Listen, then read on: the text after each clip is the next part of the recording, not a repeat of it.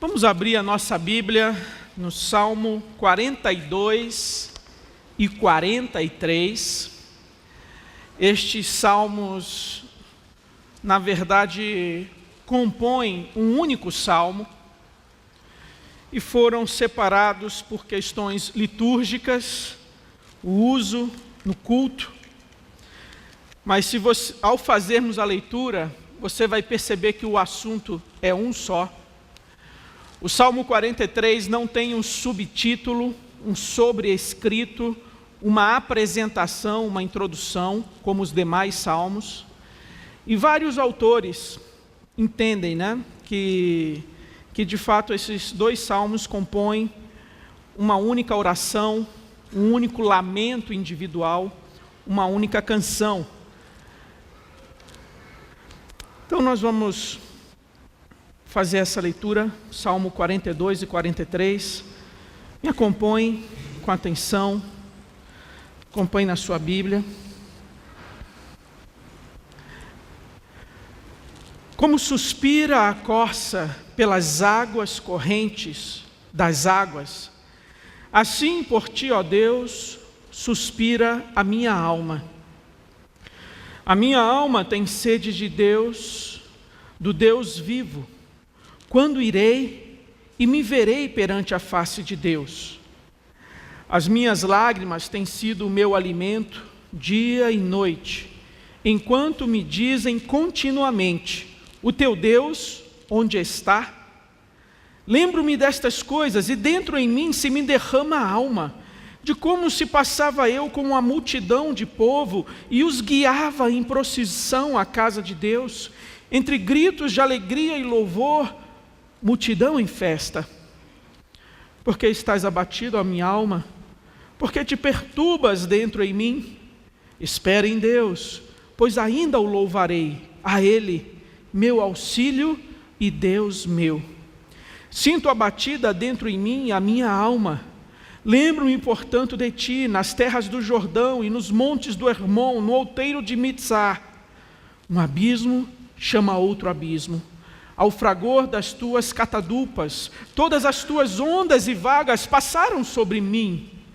Contudo, o Senhor, durante o dia, me concede a sua misericórdia, e à noite comigo está o seu cântico, uma oração ao Deus da minha vida.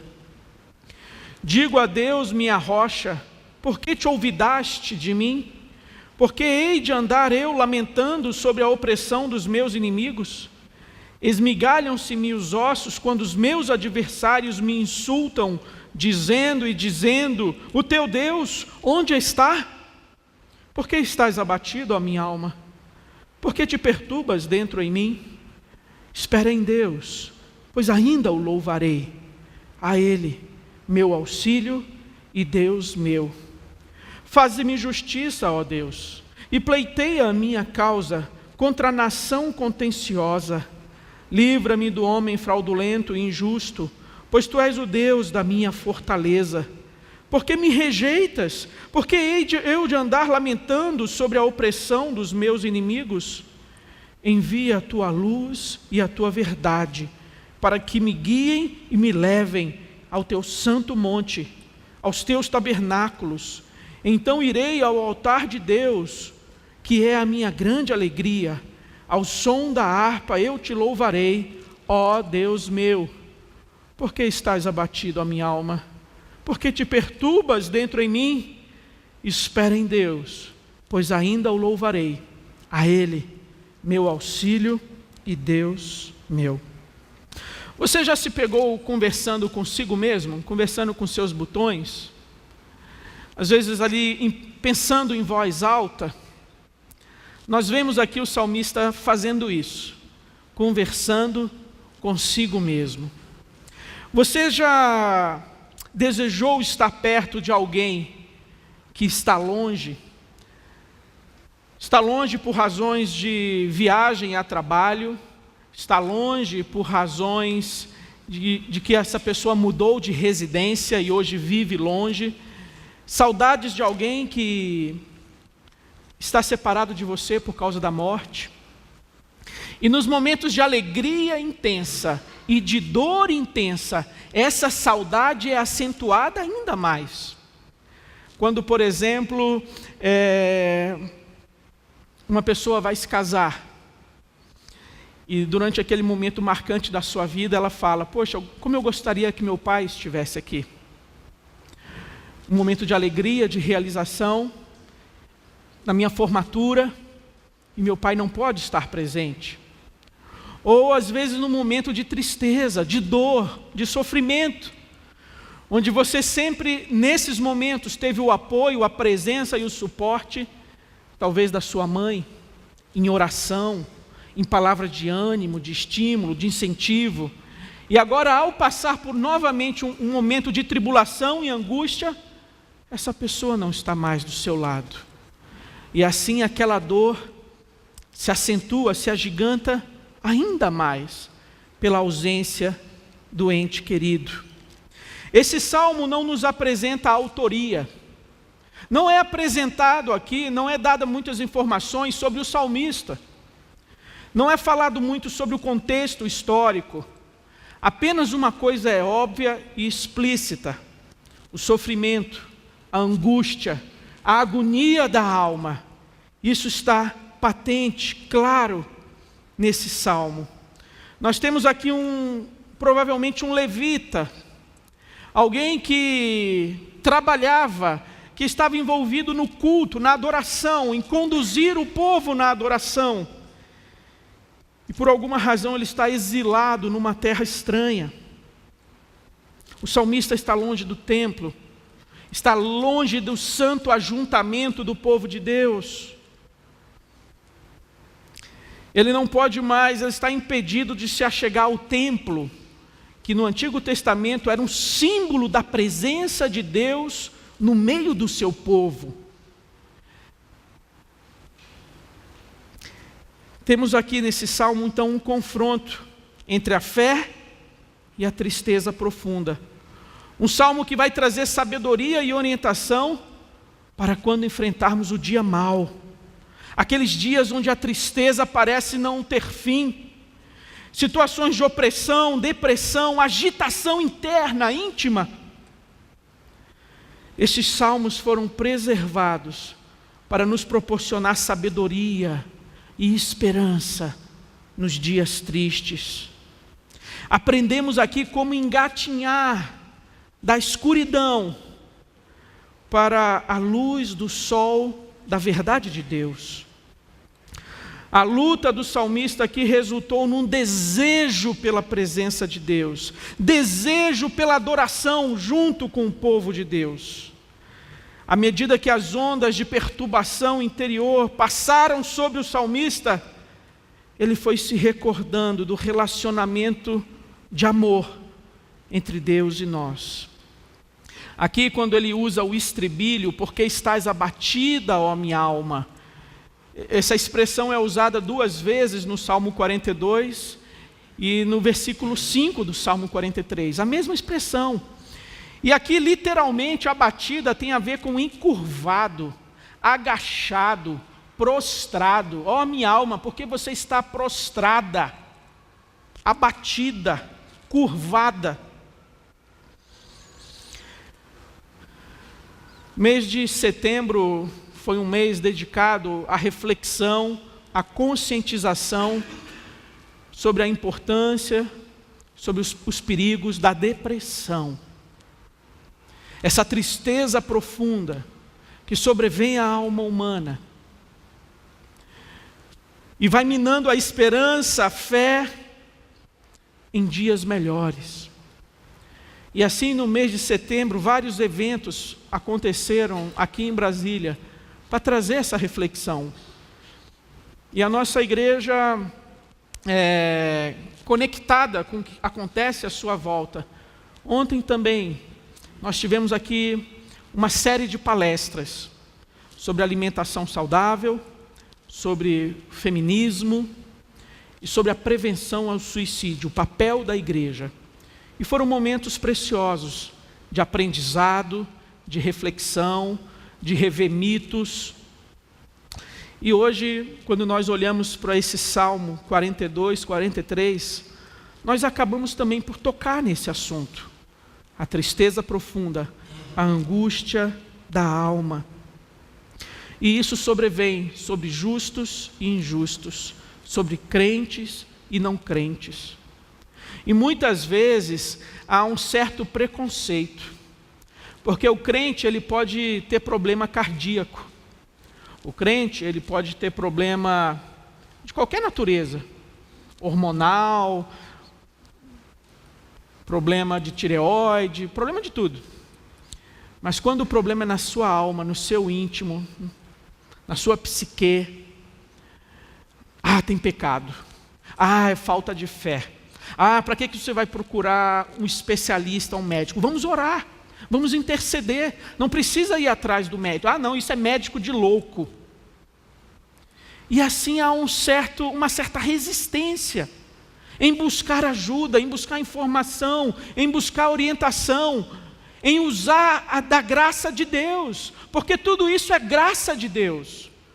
O conhecimento que ele deu ali ao cardiologista, ao ortopedista, ao pediatra, ao psiquiatra e ao psicólogo.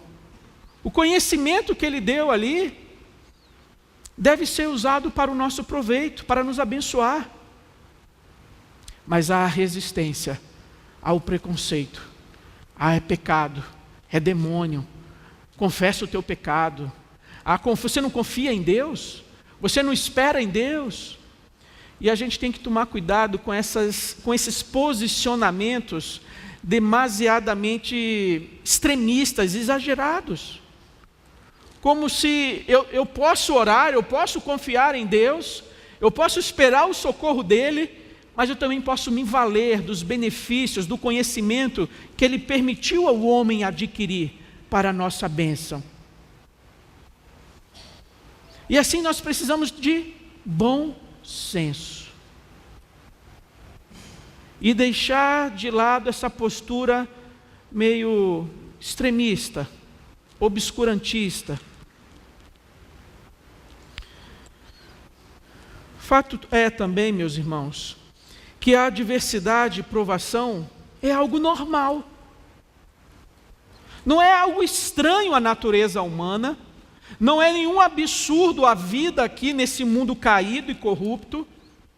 O Senhor Jesus nos alertou que no mundo teremos aflições, provações, e isso alcança também o crente.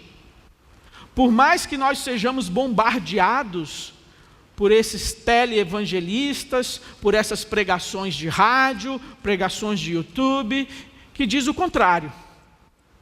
Que se você está em comunhão com Deus, na bênção de Deus, se você tem fé, você vai navegar e surfar numa onda de bênçãos, portas se abrindo, negócios fluindo, casamento maravilha, filhos na bênção de Deus.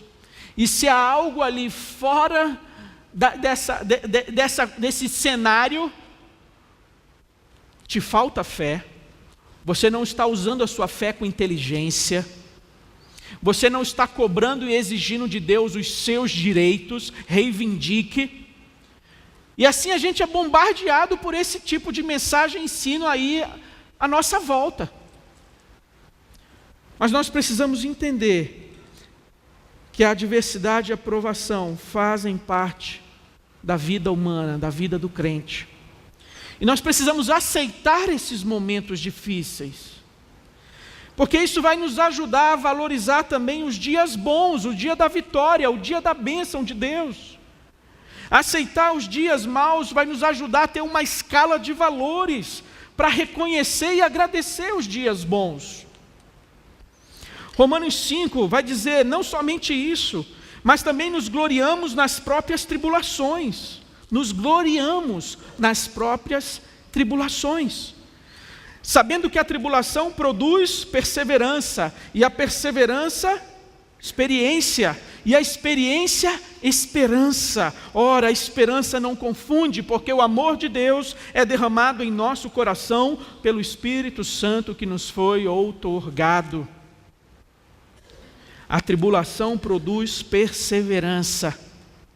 Não desanimamos, pelo contrário.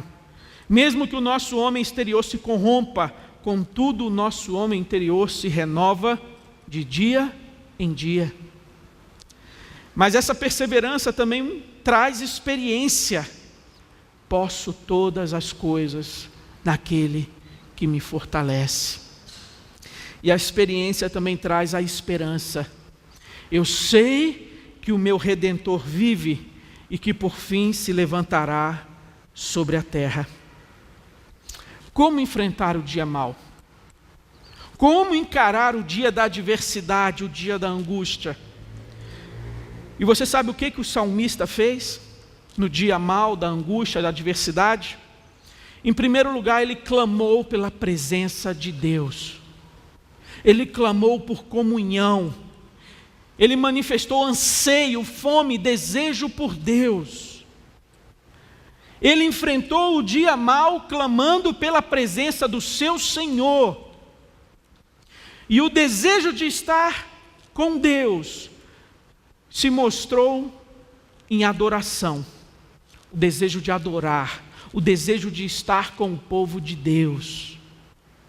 E a primeira metáfora que ele usa aqui para expressar o anseio do seu coração é que assim como a água é fundamental e essencial para o servo, Deus também é essencial e fundamental para mim e para você. Nós precisamos de Deus, nós precisamos do Deus vivo. E esse anseio é ilustrado pela imagem de uma corça sedenta, aflita, angustiada, exausta, com a respiração ofegante e pesada. Não é aquela corça numa floresta verdejante dos filmes da Disney, não. É uma corça num cenário desértico, de exaustão, de calor, de sequidão. Uma corça que já correu quilômetros e quilômetros atrás de água, de alívio, de refrigério. É essa imagem que o salmista usa para expressar o seu anseio por Deus, a sua sede por Deus. E essa sede aqui não é algo opcional, não é algo que pode ser dispensado, é algo essencial à manutenção da vida, da existência. Todos os seres humanos foram criados com uma sede, com um anseio, com uma necessidade íntima e profunda, que as pessoas não entendem bem ao certo o que elas estão procurando. Mas fato é que elas procuram alguma coisa para preencher, dar sentido, dar significado, dar propósito à sua existência. Nós fomos criados assim, com este anseio pelo Criador, anseio de comunhão, de relacionamento com o nosso Criador. Mas devido ao pecado, nós nos rebelamos. Nós como que voltamos as costas contra Deus. E assim nós tentamos fugir da presença de Deus, como Adão fez. Quando Deus estava ali, Adão,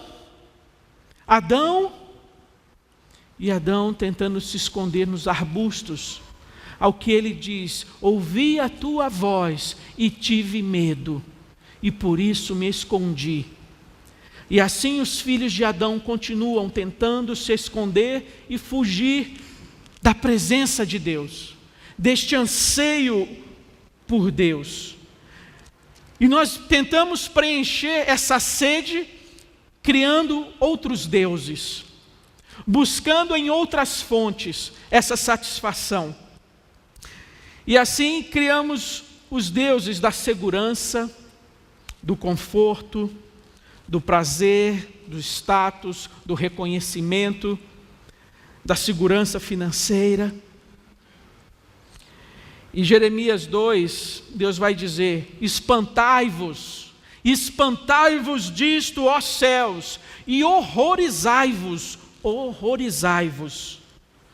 ficai estupefatos. Olha as palavras, olha os termos, olha a força da imagem que Deus está construindo com esse argumento. Ficai estupefatos, diz o Senhor, porque 2 males cometeu o meu povo. A mim me deixaram o manancial de águas vivas e cavaram cisternas rotas, rachadas, que não retêm águas. Foi isso que o povo de Deus fez ali no período de Jeremias.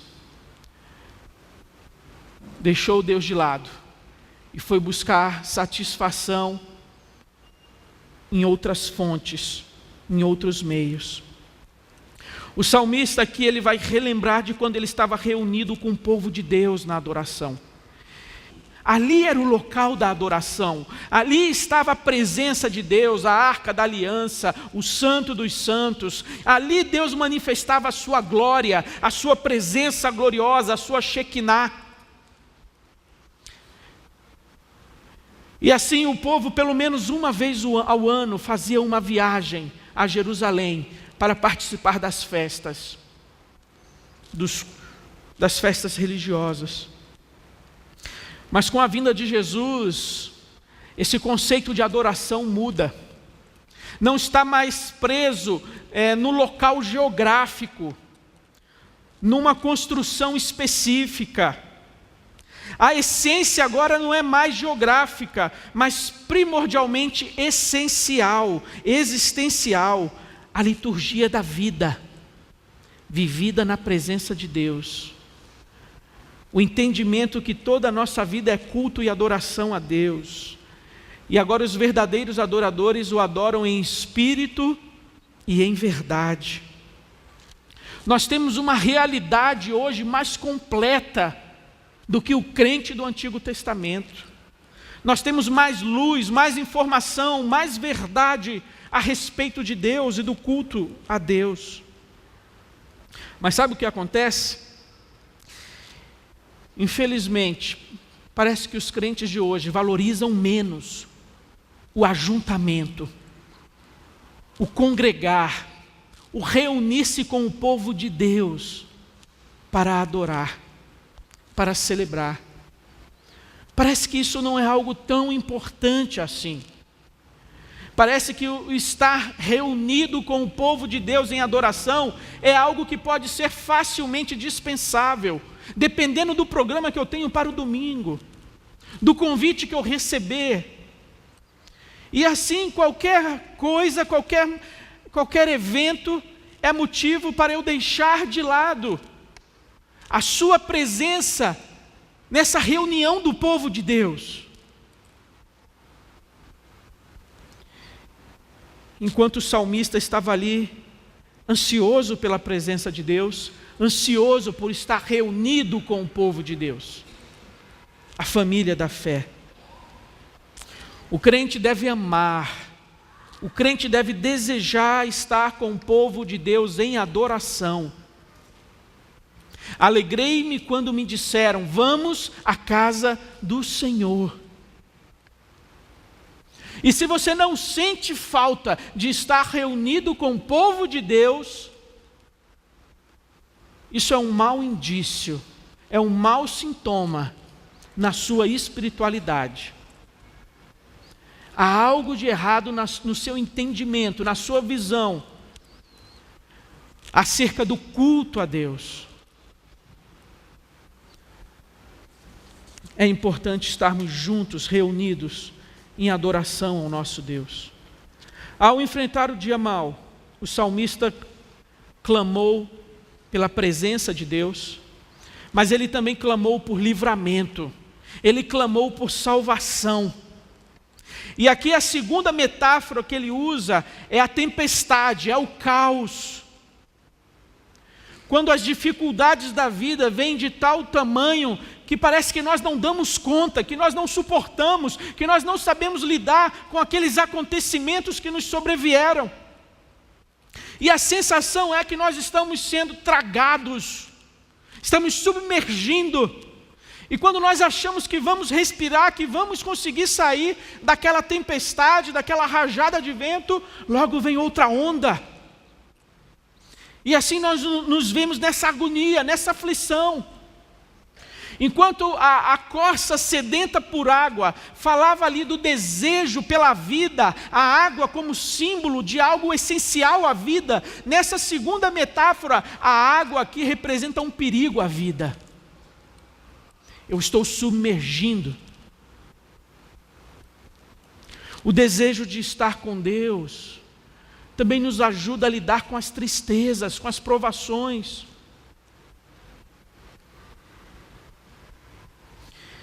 Interessante que no verso 7 ele vai dizer assim: um abismo chama outro abismo, ao fragor das tuas catadupas.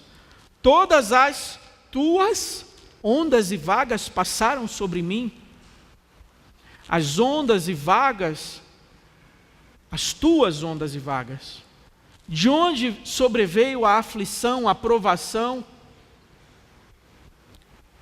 Veio de Deus, veio com a permissão de Deus, veio debaixo da supervisão de Deus. Mas mesmo diante dessa constatação, no verso 8 ele diz: contudo, apesar disso, o Senhor durante o dia me concede a sua misericórdia, e à noite comigo está o seu cântico, uma oração ao Deus da minha vida. Ainda assim, em meio às provações e angústia, o salmista declara a sua confiança em Deus.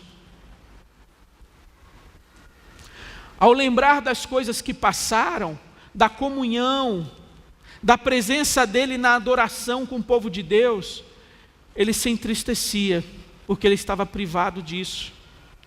A aparente demora de Deus em socorrer também pode trazer tristeza. Os mensageiros do inimigo se levantam para provocar, para zombar. Onde está o seu Deus? Você não é um homem de Deus? Você não é uma serva de Deus? Cadê a sua fé? Cadê a sua confiança? E essas palavras vêm para desencorajar, para desanimar, para abater, para afligir a nossa alma. Temores internos, zombaria externa. Um abismo chama outro abismo. E sabe o que acontece? Muitas vezes quando nós estamos nesse momento de agonia, de provação, de sofrimento, a tristeza vem, o abatimento, nós nos sentimos desanimados, desestimulados. Nós muitas vezes deixamos de lado as nossas obrigações, as nossas tarefas, como pai, como profissional, como crente. Você fala: eu estou muito desanimado. Eu não vou fazer isso. Eu vou deixar isso de lado. Tem prazo para entregar. E você deixa de lado. E sabe o que você sente depois? Mais tristeza, mais culpa, por ter negligenciado aquelas responsabilidades. E aí você pensa: que belo pai eu sou, que belo profissional eu sou, que grande crente eu sou. Deveria ter feito isso, deveria ter feito aquilo. E aí aquela tristeza, de certa maneira, o desmotivou a fazer a sua obrigação, e vem a culpa, e a culpa traz mais tristeza, e aquela tristeza te deixa mais fraco, mais indisposto. E assim vai virando um ciclo, que vai enfraquecendo o nosso ânimo, o nosso vigor. E sabe qual é a cura para sair desse estado, desse estágio? Não é uma tarde de compras no shopping, porque isso só vai aumentar ainda mais a sua tristeza quando você receber a fatura. Não é uma festa de arromba, porque isso pode trazer ainda mais problemas. E é interessante que até os não crentes notaram que essas coisas não funcionam. Tem uma música do Titãs chamada Diversão. E um trecho dessa música diz assim: às vezes, qualquer um faz qualquer coisa por sexo, drogas e diversão. Tudo isso, às vezes, só aumenta a angústia e a insatisfação. Isso não é a saída. Isso é uma fuga. Isso é como que você dizendo, eu mereço um pouquinho de prazer, um pouquinho de alegria, em meio a tanto sofrimento e tanta provação. Só que esse pouquinho de prazer e de alegria não vai trazer uma solução permanente. Vai ser um mero band-aid. Quando nós precisamos de um remédio mais profundo. Nós precisamos focar nossa atenção em Deus e na sua palavra, nas suas promessas. O povo de Deus tem encontrado grande conforto em memorizar e guardar no coração a palavra de Deus.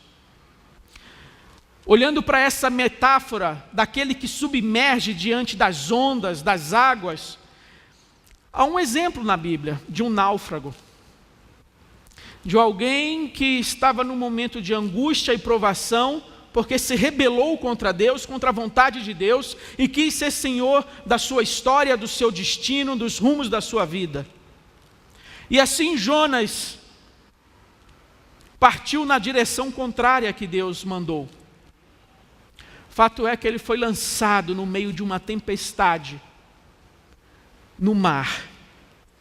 E ali ele foi submergindo, ele foi afundando, até ser providencialmente resgatado por um grande peixe. E ali naquele ambiente escuro,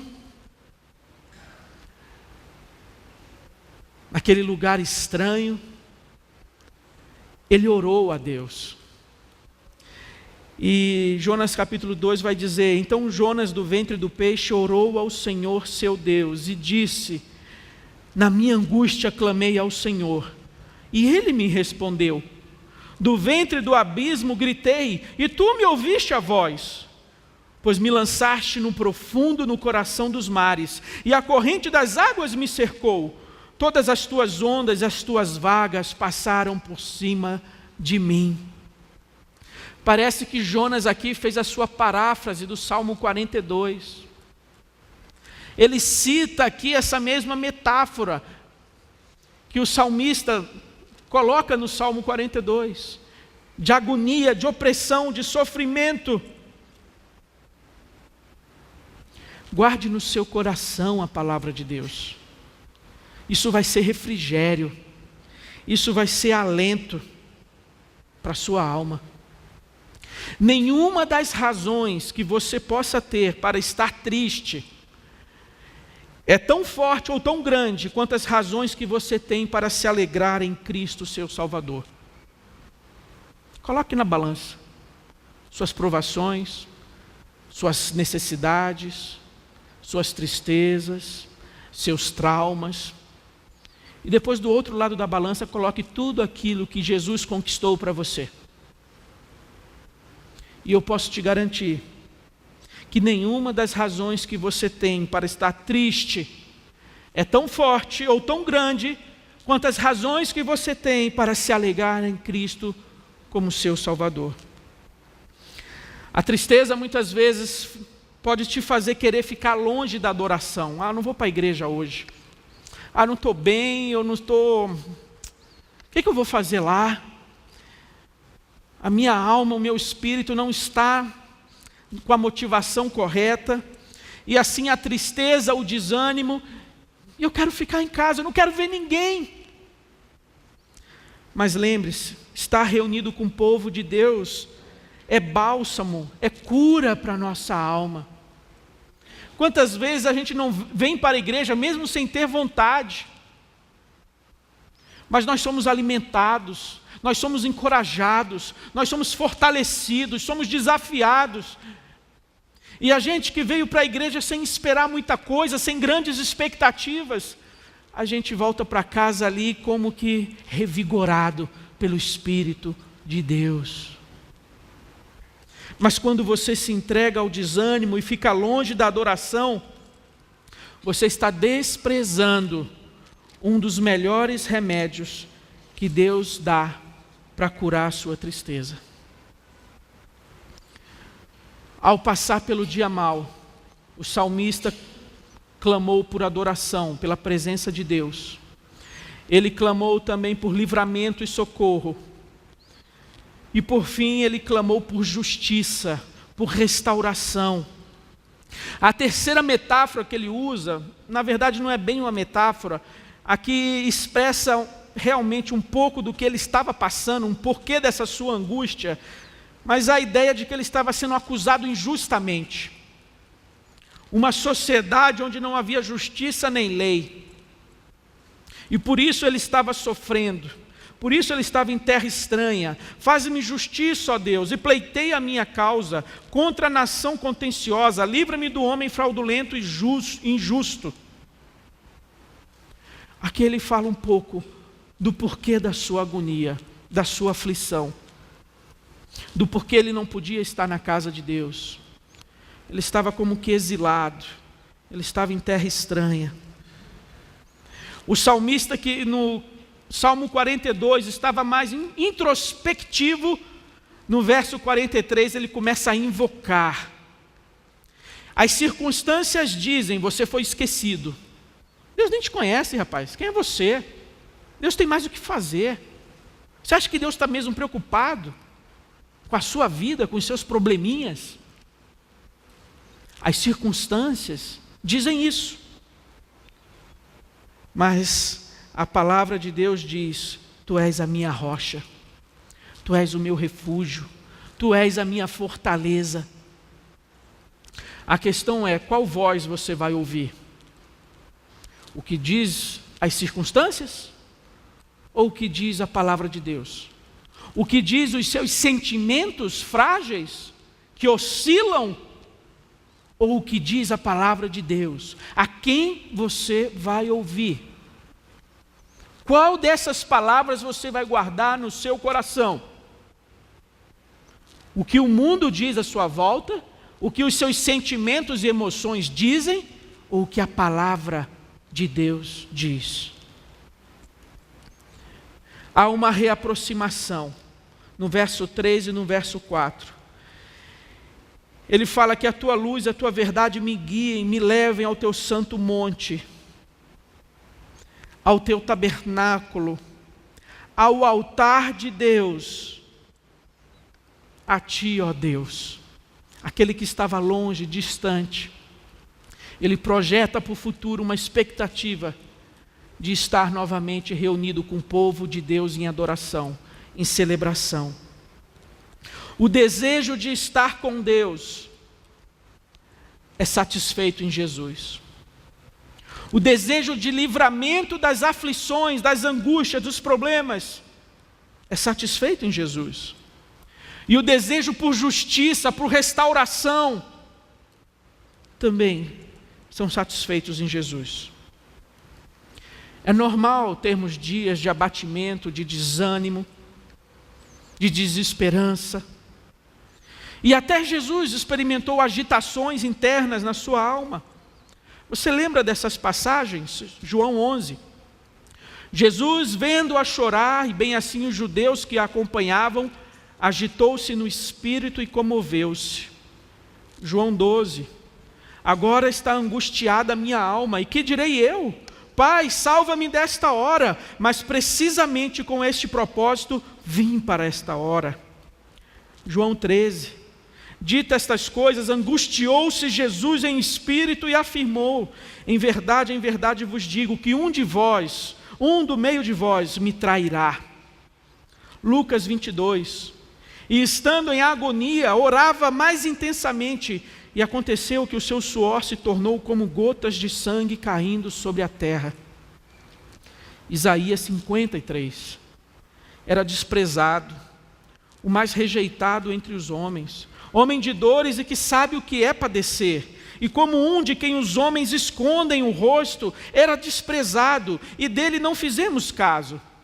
Certamente ele tomou sobre si as nossas enfermidades e as nossas dores, levou sobre si, e nós o reputávamos por aflito, ferido de Deus e oprimido. Mas ele foi traspassado pelas nossas transgressões, moído pelas nossas iniquidades. O castigo que nos traz a paz estava sobre ele, e pelas suas pisaduras fomos sarados. O nosso Salvador também enfrentou o dia mau, o dia da adversidade, o dia da angústia. É normal passarmos por aflições e lutas enquanto estivermos nesse mundo caído. Não se surpreenda diante da dor, não se sinta atraído por Deus, não se sinta abandonado por Jesus. Creia e confie na palavra de Deus, nas promessas de Jesus. Alimente a sua alma com a boa e velha esperança no nosso bendito Redentor. E por falar em corça sedenta, assim por ti, ó Deus, suspira minha alma. Você lembra de Jesus com a mulher samaritana? O assunto orbitava justamente no tema da sede, do anseio, da adoração. Eles conversavam sobre sede e conversavam sobre a centralidade da adoração na nossa vida. A sede apenas é satisfeita quando estamos adorando o Deus verdadeiro e colocamos nele a nossa confiança, depositamos diante dele as nossas angústias. Essa falta de significado, essa sede, só pode ser satisfeita em Cristo. Quem tiver sede, venha a mim e beba, pois quem crer em mim, do seu interior fluirão rios de água viva. Essa água que sacia a nossa sede foi conquistada através de um alto preço, a vida do Cordeiro que foi entregue em nosso lugar. Jesus, ele sim foi afastado da comunhão do Pai. Ele sim experimentou as catadupas, as ondas da ira de Deus que sobrevieram sobre ele. Ele experimentou a distância de Deus.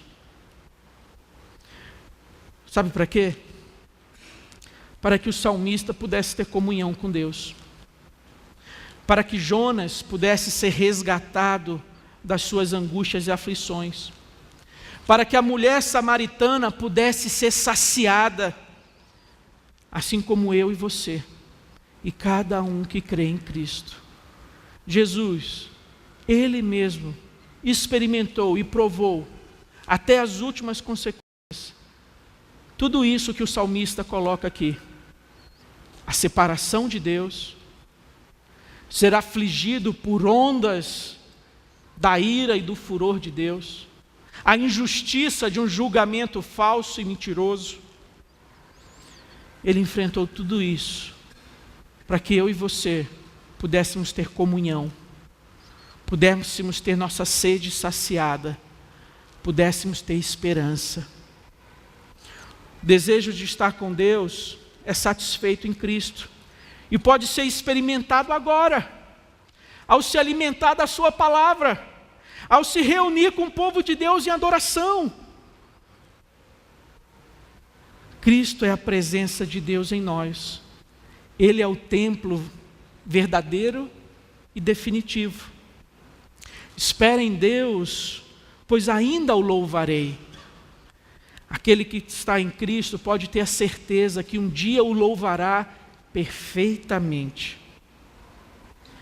Disse-me ainda: tudo está feito. Eu sou o Alfa e o Ômega, o princípio e o fim.